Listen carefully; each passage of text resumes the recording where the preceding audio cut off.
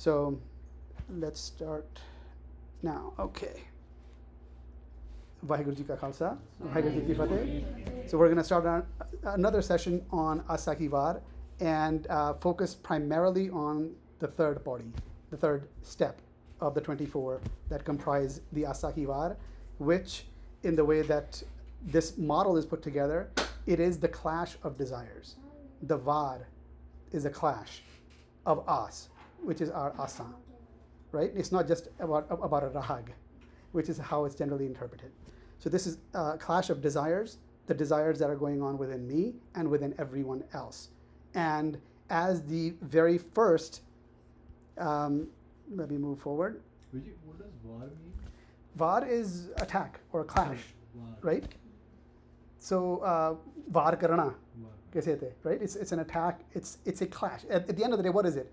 Any attack is because there's something that is clashing, that is not fitting.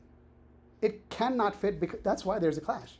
That's why there's no peace. That's why there's no sukh, because sukh is union, and that's what jog also is, or yoga. What people have translated it to be is that it's union, is to be whole. And if you're not whole, it's because you're in duality. And if you're in duality, then you have difference. And if there's difference, I feel threatened by whatever you have. And you might take something away from me. You might want more. And that's why I want to accumulate more and more. And I'm afraid. I'm kind of giving you a very high level, like, why am I afraid? Because I'm afraid of my life. And I'm afraid to die. Because I associate myself with the things that I have and with the body. Which is why all my allegiance and all my likes are based upon family and things that are closer to my body, that are, the child that came through this connection with me. I think that's my family. And I don't see all as family, because it's a matter of like, who do I identify with? So I will say, this is my community. I'm from this town. So my identity is built in layers, concentric sort of larger and larger circles of people that generally will agree with me. And if they don't, then I create division and I have conflict. And then I cannot be in sukh. But all of that sukh is the dualistic sukh, which is that I am happy and then someone takes something away and I'm sad. Gurbani clearly calls those sukh and dukh, those are plural. Because in Gurbani there is only one sukh and there is only one dukh. And that is singular, which has to do with being whole and complete and in oneness, or in duality. That's it. Very simple level. Everything comes from these, and this is derived from the mool. I will quickly go to this because I think last time, yeah. So I forgot, like, why are we just focusing on Paurhis, and like there's a structure. Yes. There's a first section always in Asavivar, like in all the chakkes, that's what we call. So there's one section that's Alok Mela Pehla, some Yes. Mela Pehlas and Mela Dujas are there, and then Paurhi. Yes. So is it like first they're asking some questions, telling the situation and the problem, and then we're getting the answer in the Paurhi, or like? Yeah, no. It was a good question, and not necessarily. And actually, most of it is not like that. So if you think about this in terms of structure, Guru Nanak is the one who composed and articulated it. So this message, the Bani, the guidance, the universal wisdom is propounded by Guru Nanak only. And it was only the Paurhiyan. Every Var is only the Paurhiyan, originally. Panjme Pasha, the fifth master, took it upon himself to bring the message and make it more available, actionable to things that we relate to in life. And all the shloks that have been added were added by him. Almost all of them are from Guru Nanak. There are a few from Duje Pasha, Angad Sahib. So those are added. And a lot of times, there's another session that we're doing in the evenings, which is now at actually the last party. So that's been going on for a couple of years. And some people found difficulty in relating to the shlok. Like they'll be like, well, the party makes sense, but we're not really clear. So then you have to take a step back. And that's why when I'm showing you the flow of the var in terms of body. If you get the body in the flow, then it makes sense. In fact, many times where the body ends, the next shlok that is coming in, that is actually extending the discussion. But besides the second Paurhi, every time that I am presenting it, I present to you the Paurhi first. Because I want us to be very clear that it's the essence that has to continue. And again, just like the message has to be universal, the interpretation of this clash of desires, this asakivar, it will make sense if I go Paurhi to Paurhi, because the Paurhi is the essence. In the same way, the video that I sent to you guys a few days ago, last weekend, it was somebody had asked me the meaning of niche and quoted a line. So I put that video together. It was to explain that the way people interpret the word niche, and especially in the context of that Shabd, is not correct. And that's a traditional interpretation. Almost everyone says that it's about humility, that it's about standing with the lowly. That's entire, like, retreats are built upon that idea. And that idea is not bad. You want to stand with the people who are oppressed. You want to stand against oppression and division and all of those things. Those are all great things. But that's not what Gurbani is saying about niche in that instance. And that's the point of me showing that, was that there is a rahao, which is the essence of the Shabd. That actually is telling you something very profound. But if you give it this meaning, you're just imposing your preference and lack of wisdom upon Gurbani because it sounds good to you. And the question here is not about what sounds good to me. I'm here for guidance from Gurbani, which is the universal wisdom. So I need to change my thought process upon the universal process, and then I can have the sukh that I desire, the peace that I desire. Yes?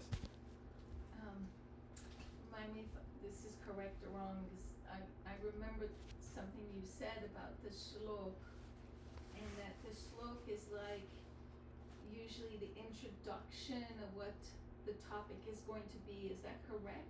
You said something like that once. Actually, Paurhi, I think, is like the main idea. Yes. And then the sloks are like the supporting. It's a context. Like the framing. It's the framing, yes, thank you. It's really the broader framework within which I could apply that. And also, yeah, go ahead. So it's not, so I'm incorrect in my understanding that the shlok is kind of an introduction to what will be said. Okay, so if you're gonna, One reads shlok, and then one reads Paurhi, and then the next shlok is the beginning. okay, so this might be interesting. So if you go back to the video that I posted, in that, how do I know that what I am saying accords with the Gurmat as opposed to what everyone else thinks? Right? Because let's literally disagreeing with everyone, right? How would I know? Is it ego? So I go back to the band that everyone knows and repeats is actually the fourth band. It's there are four bands in one Shabd, right? They're called bands. We call it Shabd, like all of it. However, there also has a rahao. Yeah. So the rahao is the essence, similar to the Paurhi. Right. So any meaning that I derive of the other, the 1 through 4, have to come out of that. However, that's not the only thing. So it takes hard work, right? So that actually is the third Shabd in the series. So how do I know the context within which this entire Shabd occurs? You got to go back. There's a numbering system, and there's a reason why there's a numbering system. So you got to go back to 1. Thankfully, in this one, you only had to go back 2. So you're at 1. And how will you know that the 1, well, 1 is obviously by number, it's 1, but it'll also have the mool in different forms. Ik, Oankar Sat to Gur Prasad, it could be in different forms. It could be Ik, Oankar Sat, Gur Prasad, that's the shortest form, or it could be in many different forms. It comes actually in several different variations. Satnam Gur Prasad, right? So Satnam, Sat, Nam, Karta Purkh Gur Prasad. So there's many different variations. Either way, the point is, it'll always start with that. That tells you that the context has changed. And the numbering system there will also change. But it basically says that the subject matter is now different. So don't just add whatever meaning you want to add to it or you wish for. Figure it out. Like Gurbani repeatedly says that it's a bujharat. Bujharat, we may not be familiar with that word anymore, but these are riddles, they're puzzles. It's for each of us to put in the work to bujna. Uno bujjo. Get it. And I could tell you the answer, but that doesn't mean that you got it. You just walk away with the answer. Like for instance, in this, I made this video for somebody who asked, and they didn't watch the video. They said, can you just explain that in one line? And I was like, I'm sorry. Cannot be explained in one line. Because if you would really like the answer to everything, I can give you in one word or one syllable. It's one. It's the answer to everything. Walk away with that and live your life. But you're not going to be able to do that because it requires more. When there's conflict, you need to understand depths of your own disease. Where am I? Why am I being this way? I need to understand that, and that occurs in a context. And Gurbani gives us those contexts, which are very rich. And the more work I do, I can derive more and more from it. Because that's the best part about Gurbani is like it's poetic verse. So there's a lot of depth to it. Like if I were to write something, I would probably write in our language. You could figure it out. It's like 2 or 3 levels. It's not going to go much deeper than that, right? It's prose. But poetry has many dimensions. And as I grow and my perspective gets bigger and larger, Gurbani gives me the guidance to be able to live through that. So this is the flow of the first 4 pauriyaan. We were about to, we actually started the third one last week, well, 2 weeks ago, 3 weeks ago. So how this works is apine aap sajyo, apine rachyo nao. Dui kudrat sajya kari asan ditho chao. Data karta aap tu, tusi deva kare pasao, tu jano hi sabse, de lasan jind gavao, kare asan ditho chao. So this, as we've discussed, is really about the formation, the manifestation of everything, which really comes from here. Is that there is only one. That one is called Owang, is called Anad, it's called Nirguna. There is no guna. There is no way to describe it. Because everything we know it in difference. Who am I? To me, I is the boundary. I'm looking for boundaries. Our eyes look for edges because that's the only way I will know where the danger is. Like if there's something slinking in the dark, some animal or person ready to attack me, the entire existence as we know it is for self-preservation, biological impulse. So in order for me to be alive, over 1 million years, this body and its collective memory that's coming from the past has told all life to watch out. There's danger. So that's why we see the way we see. We only see difference. The brain makes up the rest. It's not real. We don't see reality, ever. None of us. We only see difference. And then we give it a judgment. This is safe, this is not safe, whatever. And we think fairly, most of us, very black and white. It's not the grays we don't pay attention to. Gurbani, it's practically all living in the gray area, starting with the fundamental that it is one. And the third party actually speaks to that. But before we get to that, I'll again post this to the group, so I don't want to spend the entire time going over this. And also this looks different from what you're used to, so I'm sure that's going to raise a little bit of a angst, because I'm not saying Ik Oankar, Satnam, and that's a separate presentation that we could do. I am saying Ik is on its own, because it is all Ik, and the Oankar is the Sat.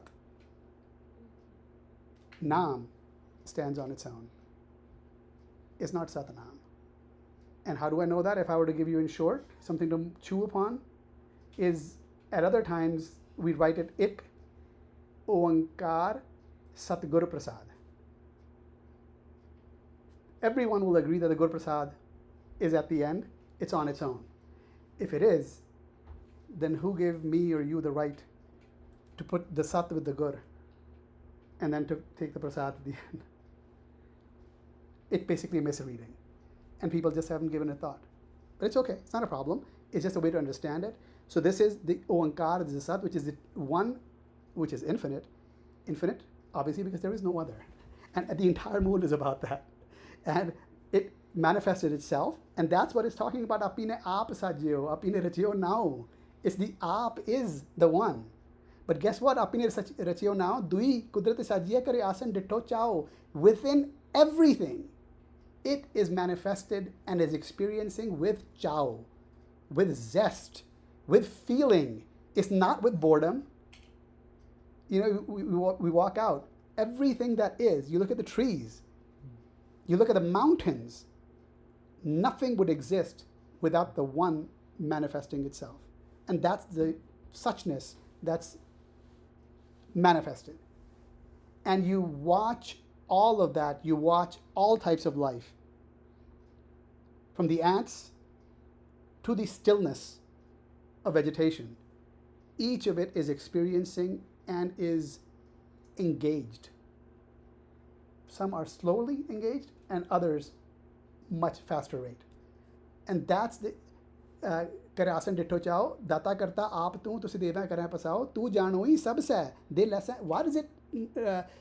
why is the essential need and desires, all of it known to it, because it is the one that is manifested. It's like a truism.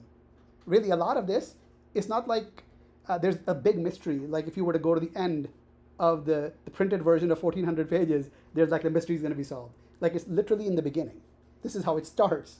This is how every part of Gurbani starts. Every rag, every discussion point starts with this, because the Gurbani is saying, remember, this is the context for all discussion and all reflection. So don't confuse yourself. You and I love to be in conflict.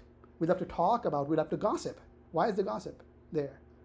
Because it's all, it calls to some darker self, which is always looking for controversy and fear, because it gets us going. In the newspapers they say, if it bleeds, nobody here about news? Okay, if it bleeds, it leads. If you were to watch your news, evening news, and they came on and they said, everything is beautiful, perfect weather, there's nothing to talk about. But you will watch if somebody says there was a massive storm, this many people were affected, this many people were attacked. So now everybody, be scared. And everyone, you know what to do. You got to go get your rations, you got to stay indoors, you got to do this, or get your little masks, right? Fear sells. Because it's very visceral. You don't have to think. Your body knows. From the start, it knows, right? Better think. Sorry? Sometimes you better think sometimes. Oh no, there's no doubt. So we'll kind of come back to this, but coming back here, which is Nanak Ji Upayaka. Now all of us are Ji. If there's consciousness, we are Ji. Ji Upayaka likh naam taram bahalya. So this is about purpose of life. Naam is our being, and it is manifested, it manifests itself and will through purpose. Taram bahalya. Taram is the purpose of life, purpose of my existence. Who's me existing? It's the one existing through me and through me and through me, to each me. It's all it. So, likh naam taram bahalya, utthe sache hi sach nibda, chun vakh kadde jajmalya. Now you can see, it's not merely about it experiencing, now it's already gone into that there is dissonance. Bahalya is, how do you Taram bahalya, you could say to manifest, to call in to itself. It is through purpose. Like, how do I come unto myself? How would I know if I'm living a life that is fulfilling for me? It cannot be because someone told me. People I love and respect, they told me how to live that way. At some point, it'll be like, but where is the experience that I am here for, right? Which is kind of a thing that parents and children go through. And traditions and non-traditions come across. So, because this is talking about utte sache hi sach nibde, chun vak kadde jajmalya. And the example that I attempted to use, visceral again, was that you've got milk and you've got a fly in your milk. It does not belong.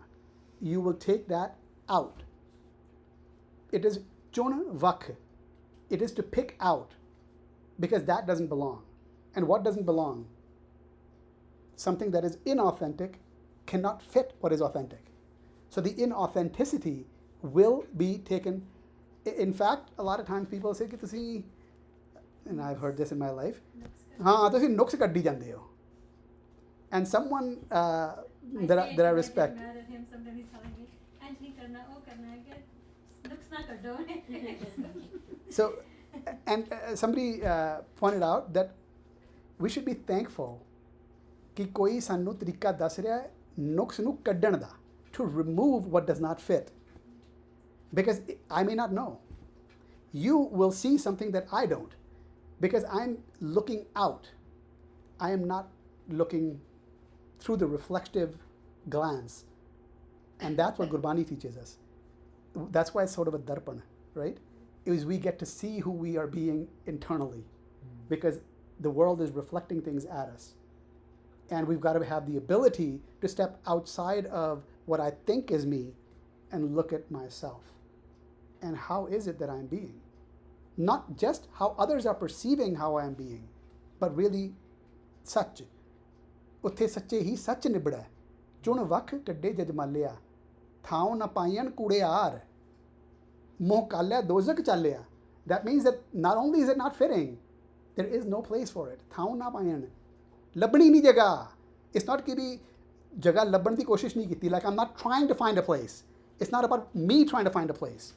It's actually the me that is part of the problem. The me is getting in the way. That's why it doesn't fit.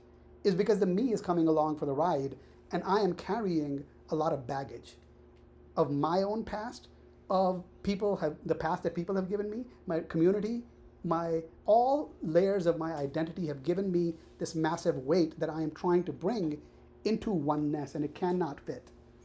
Unless it gets lost within oneness, it can't fit. Yeah.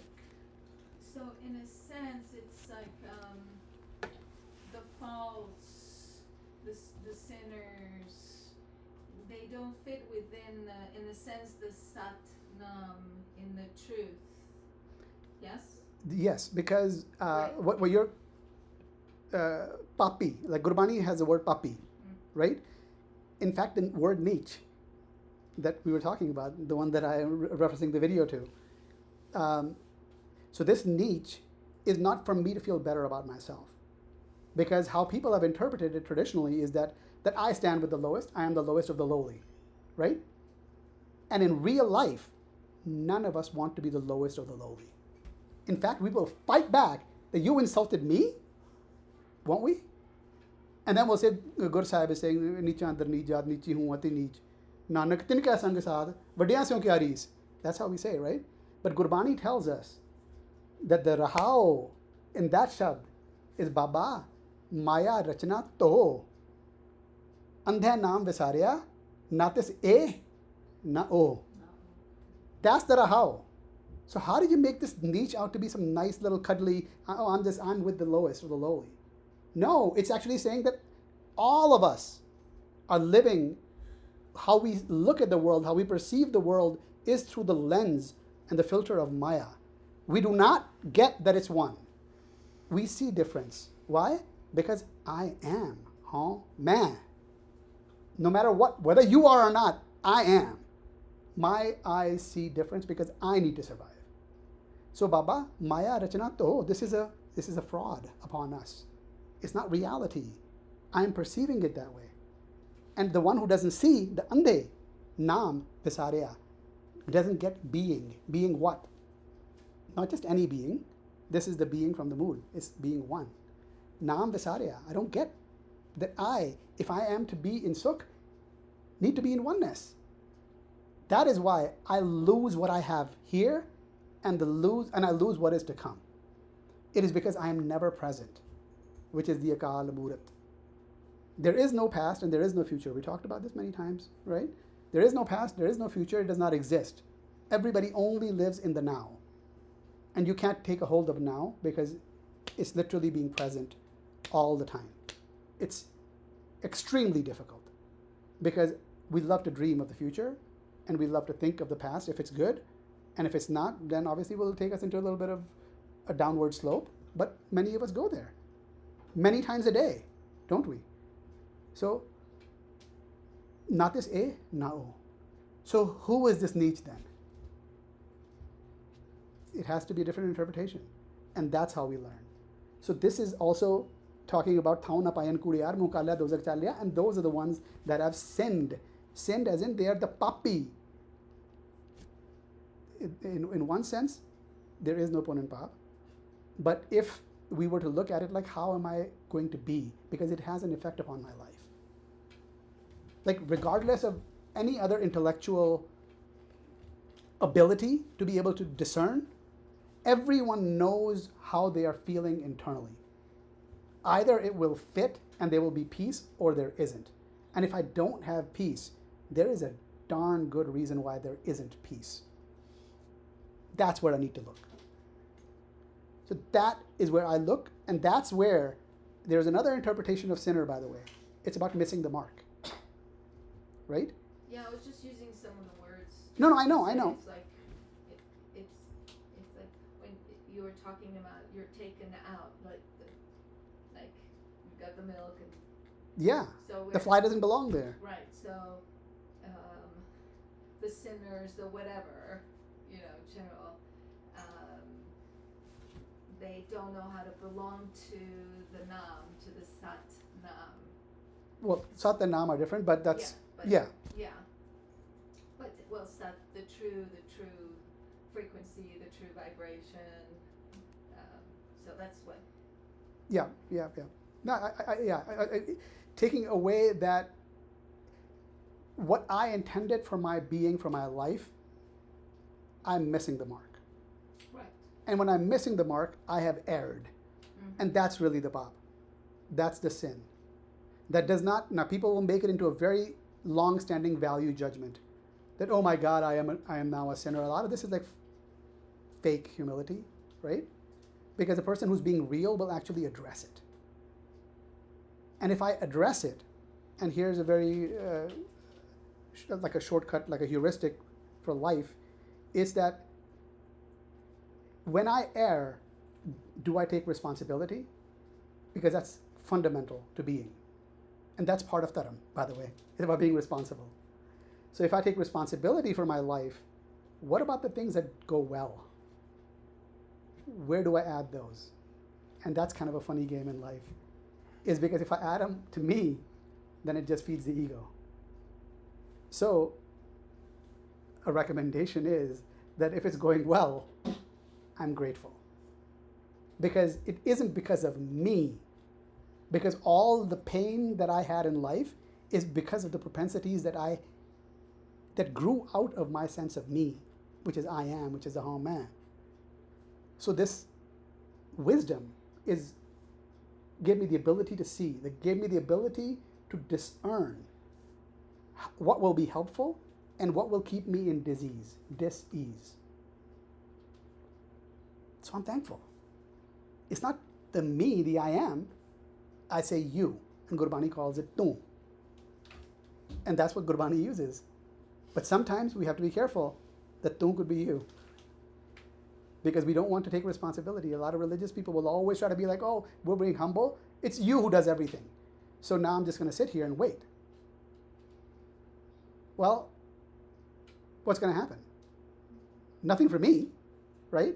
Because the one is operating through me. So who do you think is going to do it? You can't wait. It literally is doing it through you. It gave me the impetus. It gave me the energy. And now I get to choose the path.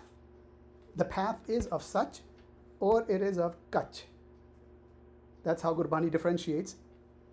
There is what is so, what is authentic, or one that is inauthentic, which is jada toot jayega, kacha hai. It can't, any duality fits in all of that. There is a path, and there's a separate visual for that. I'll share that at a different time, unless, oh, there it is. And it's the same way. It's the ik, and it comes out of there. So you have ways to go. There are some things that give you temporary value, others that give you lasting value, and all the value we have has to do with nam. It has to do with being. And that's what it gives me. is the tan or the other tan, which is the riches, the materials that we look for in life.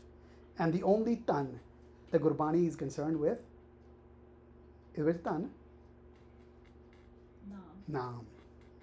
Naam hi tan hai. Naam hi amrit hai. So all these things that we're looking for, actually it's in the moon. It's right there. It's the very first aspect of its virtues. It's naam, the way of being. So, yeah, we've kind of gone through these. So let me now move to the third pauri and take it from here. Oh, sorry. I think I may have missed it. There we go. Apine pog pog kya hoye pasmad paur siddhaya. When the one has taken form. And why did it take form? Yes. Kare asan ditto chao. No, there is no other to compel it. And by the way, the compulsion in all of these is lack of compulsion. That's what comes in the nirpao.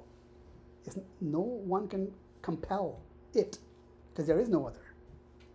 Nirvair. What is that? All types of division. All types of where does enmity come from? That's, we always jump to enmity.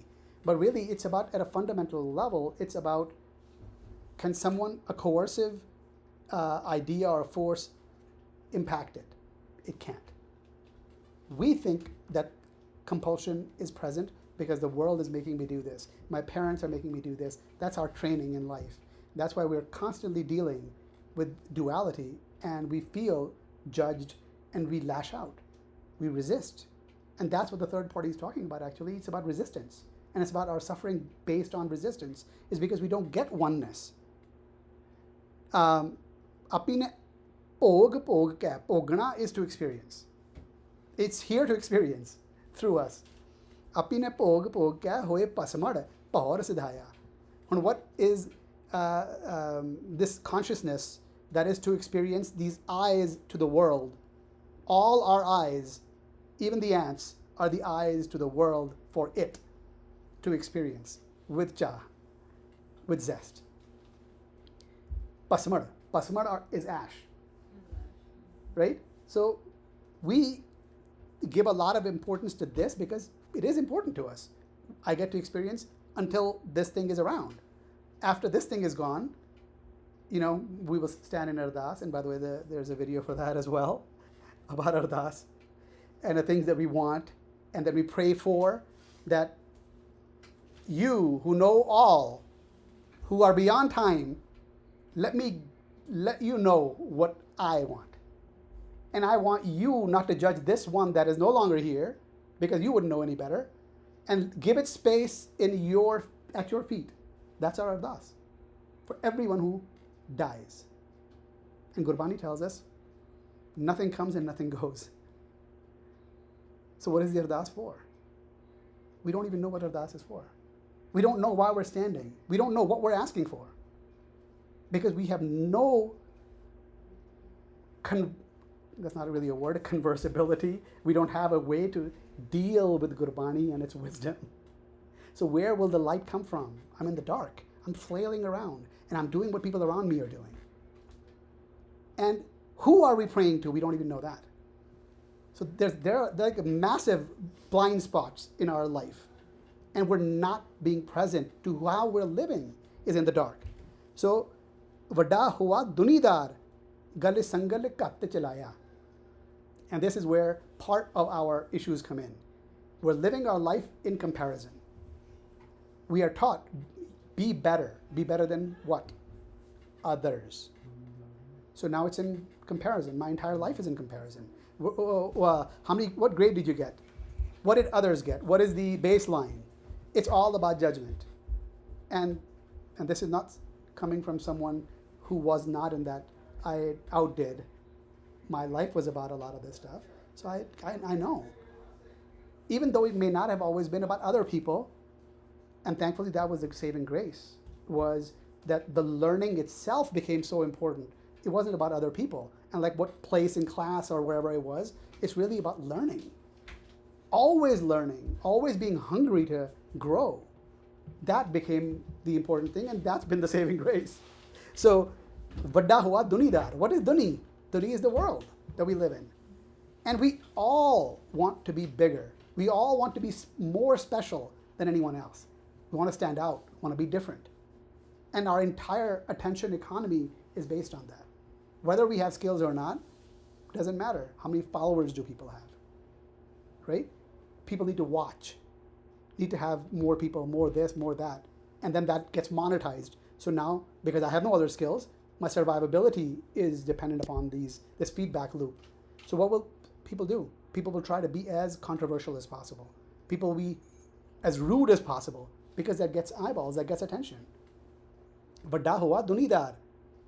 Now let's say I've gotten to a space where a lot of people are listening to me. I can move markets every Friday by making an announcement that, oh yeah, the bombs are going to fall or the bombs are not going to fall.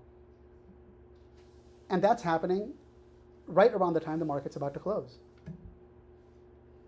The rest of us don't know what to do, but somebody is going to make a lot of money on it. So vadda ho gaya, dunidar. Can move markets, can move the world, and people's lives are at stake. People's survivability is at stake because most of it is in 401ks. Most people don't have investments. They have retirement funds. And sometime this year or next year, all these games are going to come to a big bang like they do every couple of decades or every decade. And then our retirement funds go. And where do they go? Someone is always on the other side of that. And money is extracted from all of our hard work to someone else. But these people are also paying. How do I know they're paying? Because the person who moves markets every Friday or whatever tweets 50 times in the middle of the night. That's the most powerful person in the world. That's the moniker we've given that person, is tweeting 50 times after 11 o'clock. And they're all about other people. What kind of a space is that person living in? That person is suffering. The person could have everything in the world, billions of dollars, and by the way, in the last year and whatever it's been since last January 20th,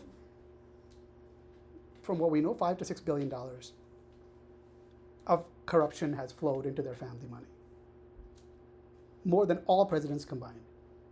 But can't sleep. If you can't, that's the most important thing for each of us.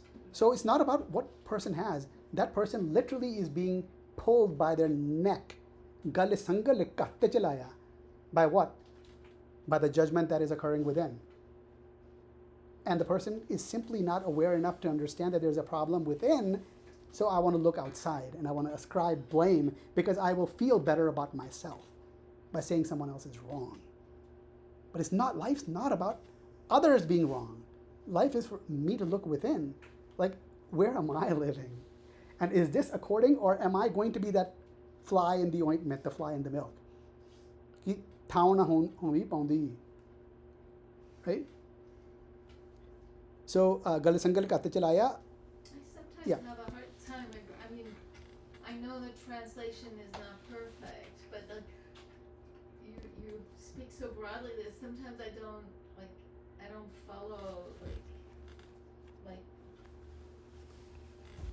what you're saying, and I'm reading something. I don't know. I don't always get it. What are you reading? Well, Vadahua Dunidal Kalasangal Katachalaya. He may be great, but when he dies, a chain is thrown around his neck and he is led away. It's just, it's like amazing because you just extrapolate, and then sometimes I get lost in all that extrapolation. If you were to change one thing, maybe it might help you. What they're calling death. What is death? That's really the question, right? So where I am, in your view, extrapolating, it depends upon what death is. So in that, they've said that after death, this person is yanked by their neck, right? So then the question is, when is death? And when is this yanking occurring?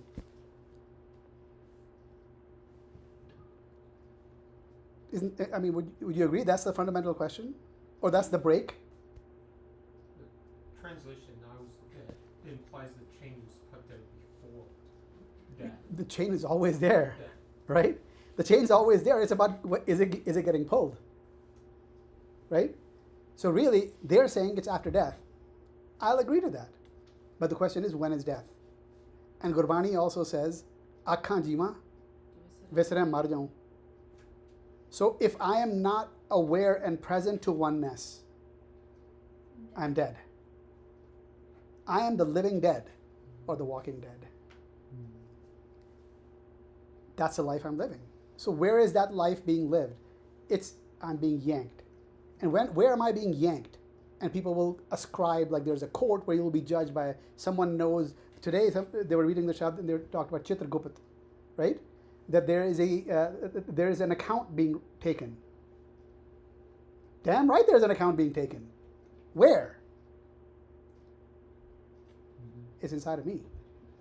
If I am awake, Correct. then I will see it.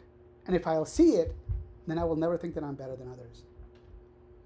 This whole better or worse idea comes from people who are not present to reality. Because all of us are nothing. That is not humility, that's a fact. Because fundamentally, we do not exist. It is only the one manifestation. And the one manifestation that is here, there's a whole religious tradition after the other that wants to say that somehow this will survive death. We say, oh, keep this one alive. Well, what the heck is this one? The names, the sound that my mother made, and now all of you call me that? Is that who I am? No. There are people trying to protect the body, so they say, well, keep it and bury it, not burn it, because the all-knowing, all-doing is incapable of dealing with fire or the other. The being that pulled you literally out of nothingness Exactly. can't do it a second time. To have everything out of nothing is incapable. So now I need to do all these things to help it out. And then just in case it forgets, I will remind it during Ardas of all the things that are important to it. It just forgot. Now I'm gonna have hard So- time with Inardas. But now The way I also interpret it is my ego makes me believe I'm the center of the universe. So I am the biggest Dalidar to me. Yes. I am the biggest human being in this world that can exist. So that already has put a chain around my neck, because now every action, every thought, every interaction I have is going to be pulled by that chain of ego of I am the biggest person. I need to be satisfied in every single interaction. If you do wrong to me, how could you? And that is me pulling, that chain is pulling me away from the connection I could have had with that person and the love I could have shared into animosity, into I need to preserve who I am, even though who I am doesn't exist, because who that is also the same as who I am. Yeah. Beautifully said, yes. So that is how I take the Danida, because if I take it as like some other person who's powerful, then I've already taken the responsibility off of me and put Yes. it on somebody else. They are the biggest person in the world, so they're doing the wrong. I'm Yes. Yeah, and that's exactly right. A lot of times the juxtaposition is helpful because most of us are always aspiring for the other, good. Right. never looking within. So when we look for the most powerful, we aspire to be powerful. We may not have power, or we may think we don't have power, because our power is looking outward. And Gurbani calls this man that is always looking outward, manua. Mana. And if you go to the oneness video, I walk through how that is distinguished in Gurbani. The one that is internal is the Unman. And Gurbani talks about that as well. Unamani? Unman. If you write it as the Uda Nanna Mamma Sihari Nanna, right? It's internal, the one that's internal, internally oriented. Why? Because man, tu jot swaroop hai, अपना मूल पहचान. So get your value. Get that your value occurs from what you come from, which is the source. What is the source? The source is indistinguishable from Hari and Ram. Like all these names that are in there, that's the source. That's where it comes from. So I think we've covered most of it. थाउन बैल लेखा कर समझाया थाउन ना हुई पौंदी हुण सुनिया क्या रुआया माने अंधा जन्म गवाया. So actually the third pauri is taking a very different turn, because now it's not about, it's very quickly taken a turn. That man, because you are living blindly, because you have not discerned reality from what is not real, from illusion, from a made-up framework, this opportunity that you have, which is invaluable, you're wasting it. Janam Gavaya is being wasted, and is telling you, what do you value? Because wasting has to do with what I value, what am I keeping, what am I valuing? All of the verbs become important, right? What I value is what I try to hoard. Most of us are looking outwards, it's the manua, so we want material riches. And we don't just want them, we have structured a world in which capital grows much faster than our work, especially in this country, right? You understand the difference, right? Your wages don't grow. From like the 1950s, 70s, our wages have not really grown because the dollar has been debased. So, but if you invest your money, which most people can't afford to, that has grown significantly. And I'm not even talking about retirement accounts that you can't touch unless you pay a penalty, right?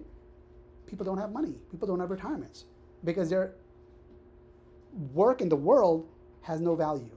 So what do they value? They want that to grow. They're afraid for their survival. So it's all about the body. And that's why we are broken. And that's why we think in terms of one against the other, the opposites, the duality. And the entire world is living this sort of manichaeistic nightmare, right?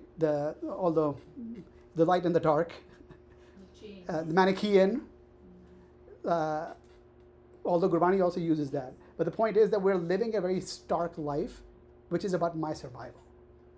Not about getting that the body's survival is not my survival. It's here for me to experience immense joy or pain. And I have something to do in that, in who I am being. And when it's too late, there's no point crying over spilled milk. There's no point in whining about it or complaining about it. Each moment is an opportunity for me to actually be, for me to act. So that determines how my experiences are going to turn out, is who I am being. The actions will always come. There'll always be a doing, even if there is no doing, right? Not voting is also an act, even though the voting may not mean anything, but we feel good about it. It gets us out and marching. And not doing anything is also an act. Yes, they're all acts, doing or not doing, but it comes from the being. Now the being could be, I'm not going to engage in that because it's not relevant. The other being could be out of protest.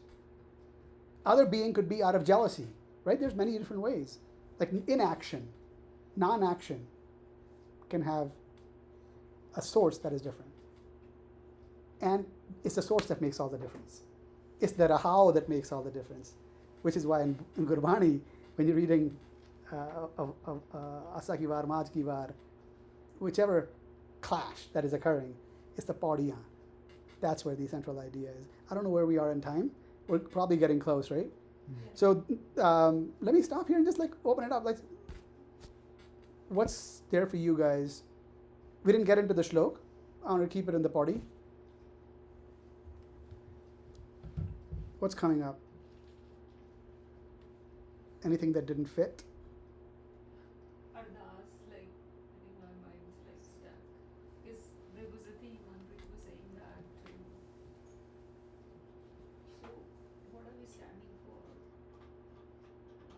I- are we asking to be in alignment?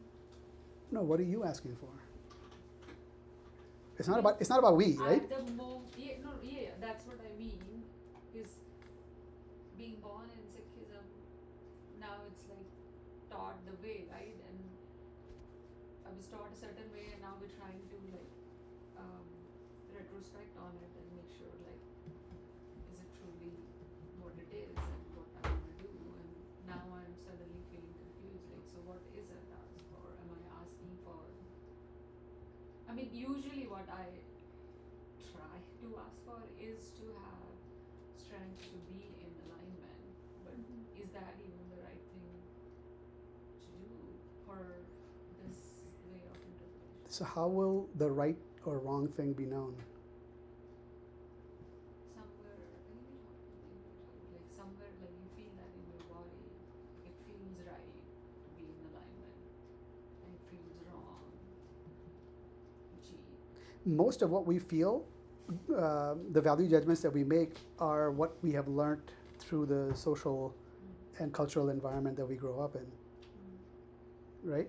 So if you were taught since you were a child to operate a certain way, and if you're aligned to that, then you will feel like, well, I did exactly what I'm supposed to, because that is acceptable within a certain bound.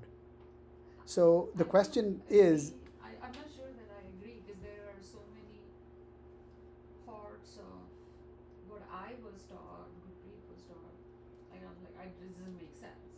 A lot of the things, it's like, on one hand, like we say Sikhism is very feminist, you know, and then on the other hand, you're telling my daughter you can not do this, but my son you can do this as an example, and Yeah. you're proud Sikh, so like that. I mean, there's also differentiation between what Sikhi and what Gurbani tells us versus what our Culture, community yeah, I know. culture, and that's kind of where it gets a lot of times the lines get blended.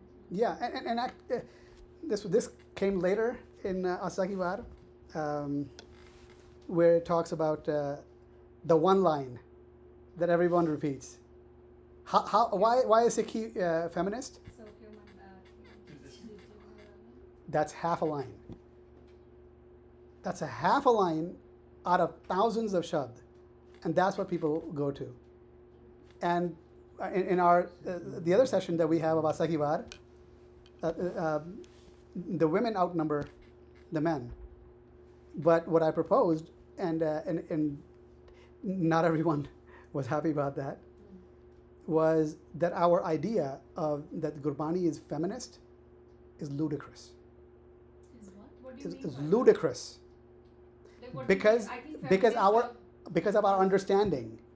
Our understanding is of feminism and those who oppress women. It's out of duality. Gurbani is breaking all frameworks of duality. So, that makes sense. so what is happening now is we say our girls are no less than everybody else, and that's true. We've been blessed with two. Our girls are no less than anybody else. Our girls will be CEOs. Our girls will be this, and we'll be doing that. And my question is, Even that so the world is diseased, the men are completely blind, and you want the girls to be that. So we can be equally blind, equally stupid in life? Is that what we want? Because that's the world. Like, what is this? Anything out of antagonism, anything out of resistance is just mirroring what they hate. There's nothing real about that. How about operating out of the genuine strengths that women have, which are intrinsic to them, which men do not act out of? I'm not saying cannot act out of. They do not, because of the way that they've been raised. And they've been told that these are separate and this is the other part. They're different. Well, if it's all a part of one, then it's all available for one. And if it's available, the question is, what is the highest form of being? That is available to everyone, those who are oppressed and those who are not oppressed. Because I'm telling you right now that the most powerful man in the world can't sleep. We think of the billions of dollars and the sickly gold, But think about the person. Can I sleep? What kind of life do you think that person lives? What is the quality of life?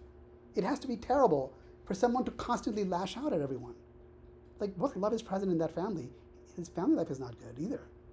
Like, so that so made complete sense. So coming back to, like, how do I find, why am I standing in a dance?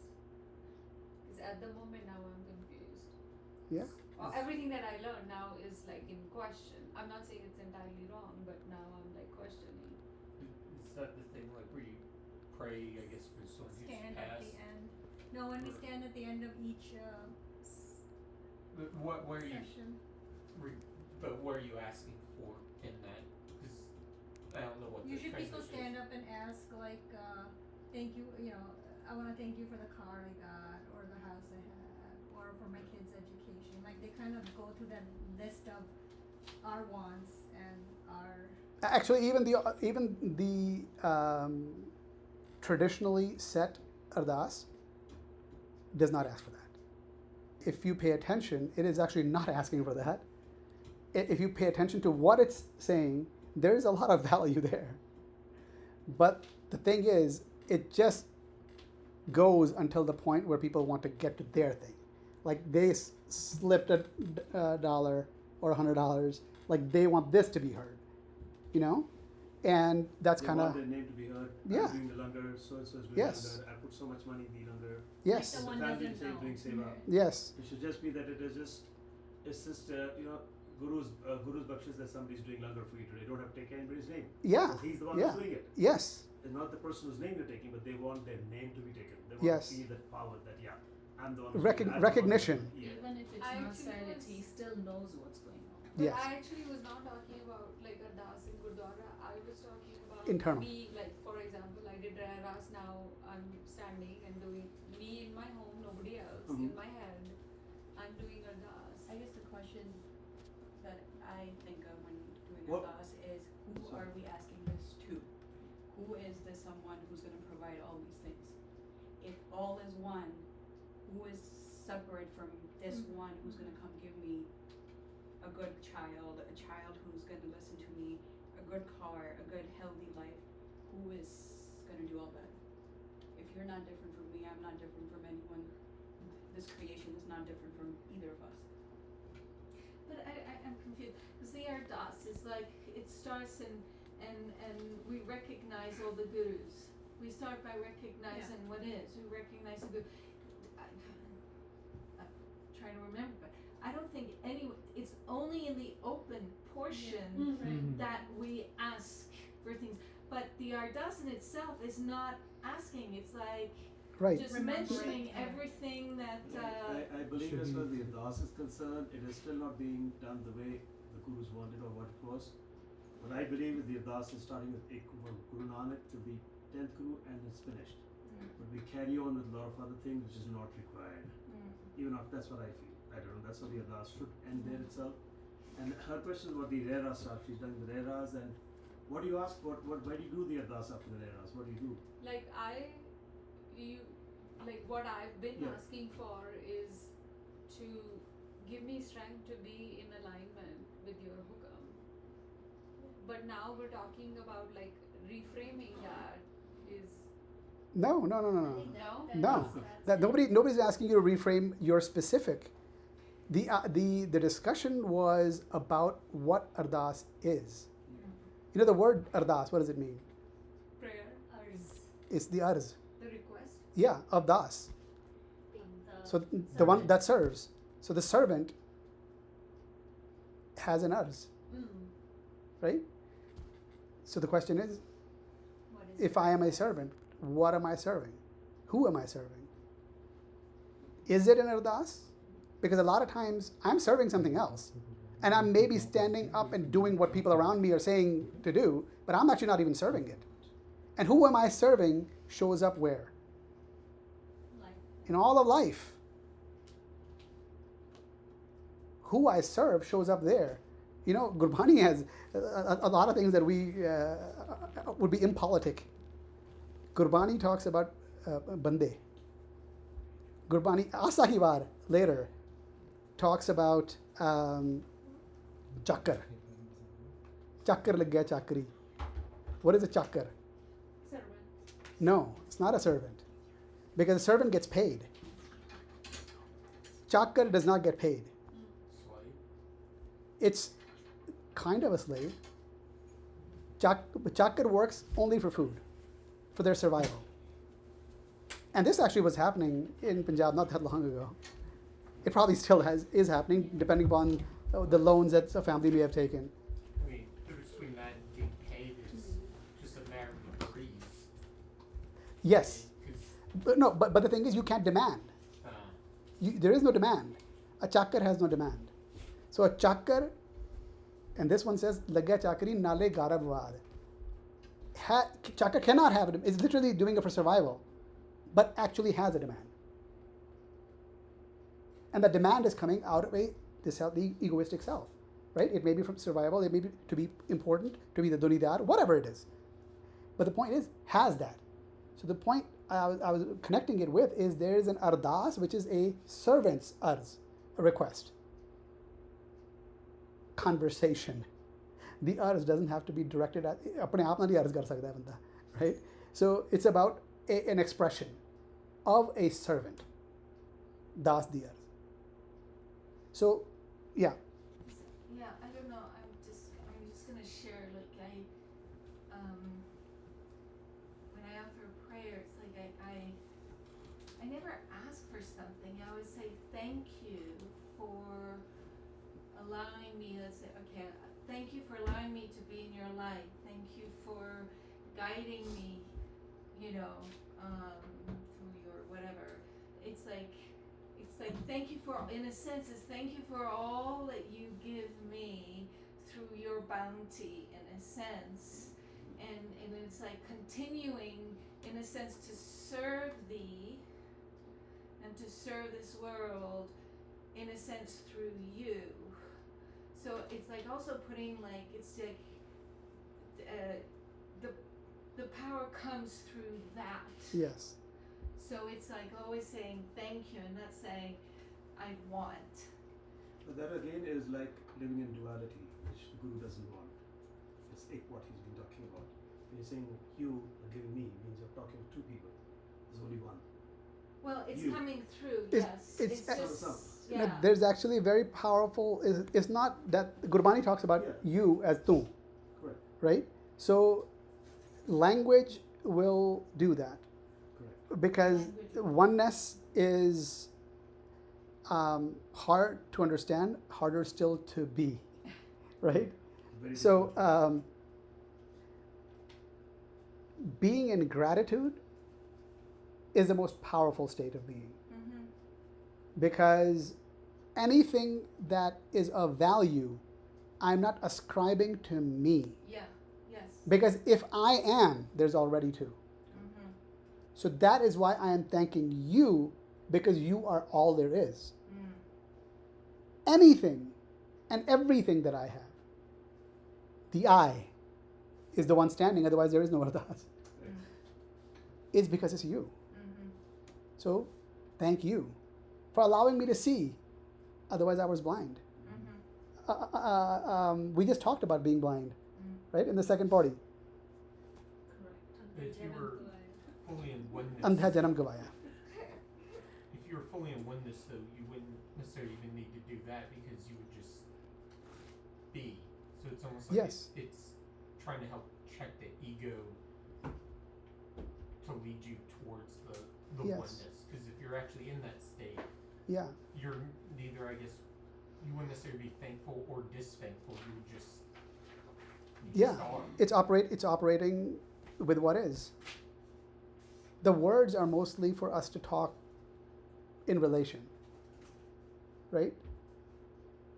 Somebody being, and here's the thing which is another beautiful aspect of life, is someone may not even need to understand. They could just be being it. That's also available to life. But for those who need to understand, we are also tied up in our bounds and our bandhan, as Gurbani calls them, because we think too much. And then we think way more, and then that's our the web, that we're tied within and we're stuck in.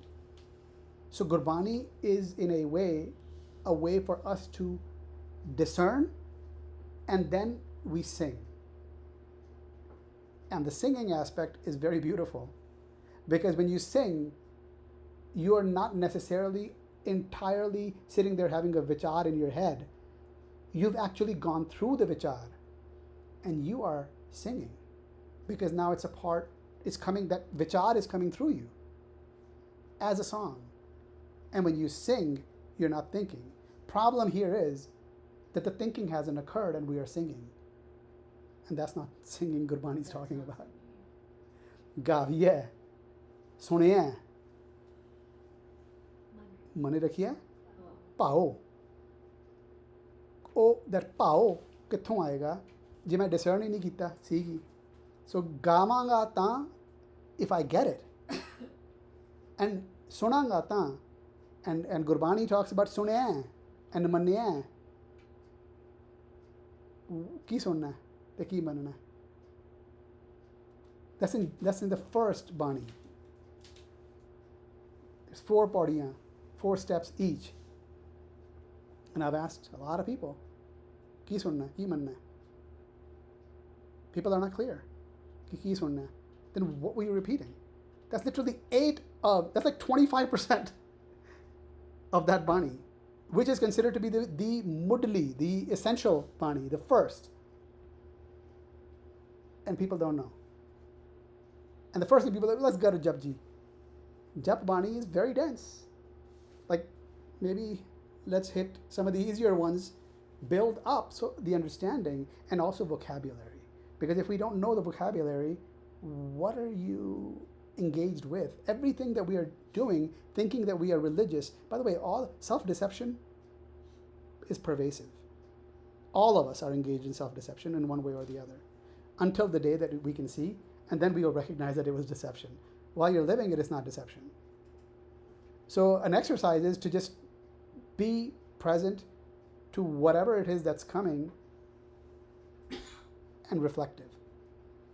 Now, of course, when I'm singing, hopefully I'm not, because at that point I've internalized it and now I'm just singing. Like a dancer is dancing. They're not thinking about dancing. They've practiced enough that they can just dance. And the best dancers and the best singers are just operating out of that. And you might not even understand a language, but you can feel it. But that feeling is not necessarily clarity about what's going on. That feeling is something beautiful touching you. It just becomes a connection. Yeah, it's a connection. Yeah, well, several things are happening in my mind. Okay, so I used to read the Hukam in English years ago, here and at the other Gurdwara. I would never read it. I would chant it. And I would chant it, I would chant it because when you chant, so not singing, chanting is different. When you chant, it's like your mind will hear the words, but actually it's your soul and your heart that will get something subliminally. Like oftentimes somebody will say the hukam, and then you're like, what was the hukam about again? And sometimes we forget. But I believe somewhere subliminally it affects, us on a subliminal way. So that's one thing that I just wanted to share. Although I think you would say, yeah, but you haven't thought about it. I mean, as you're reading the hukam, you don't really have time sometimes to really think about, okay, what is being said. But there's something about chanting it. I would never ever read it.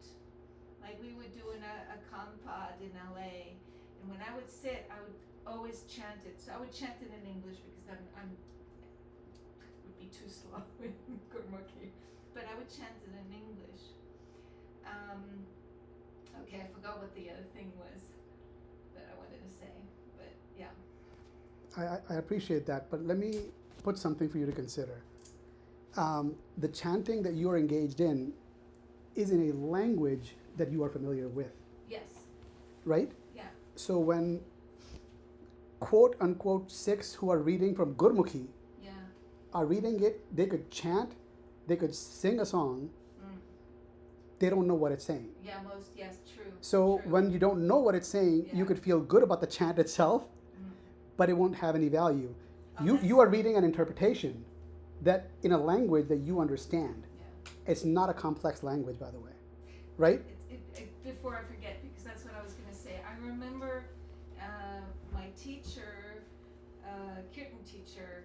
He would say, "Okay, we're going to do this song," and he would play it before, and I would just start sobbing.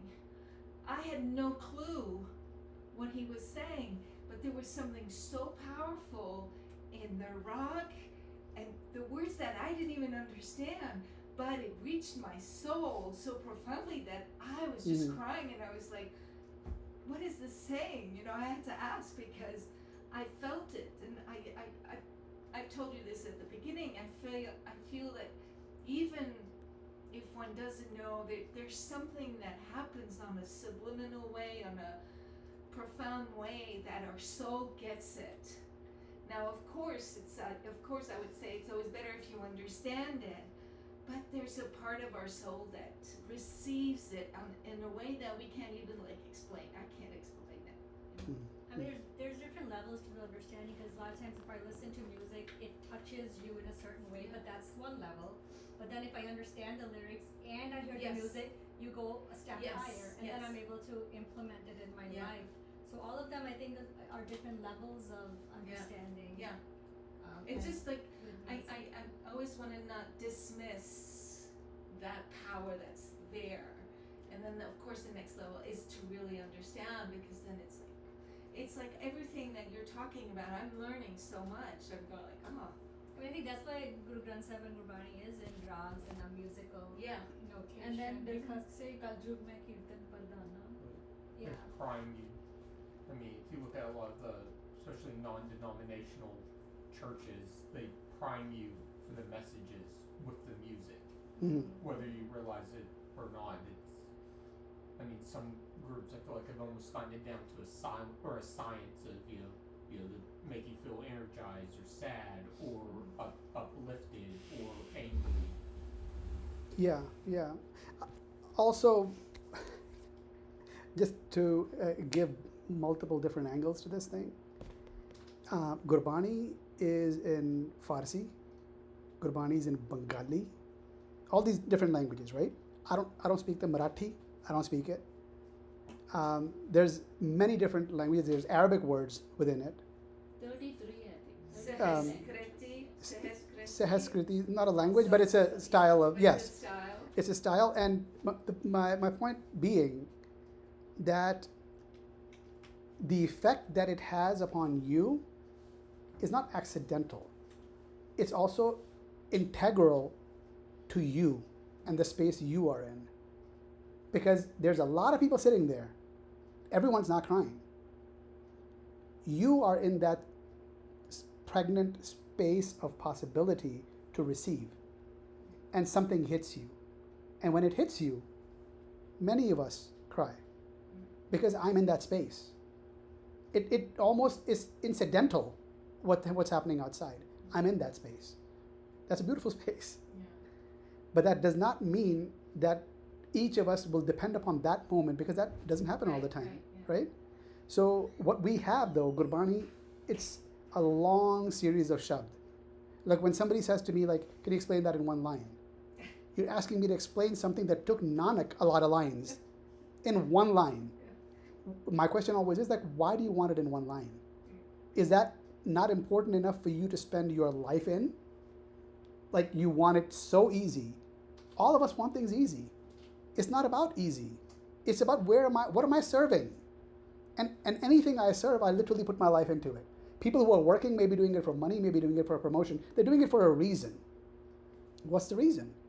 And if this is the most important thing, but please give it to me in one line or less. Actually, he said less. I had a bad couple of days, I gotta tell you. Is because I made that entire video at his request. He didn't even watch it. He said, can you tell me in one line or less? One What line or less. in what niche means? and took away nothing because he didn't watch it. And I feel sorry. And here's the other thing. Let me stop the recording because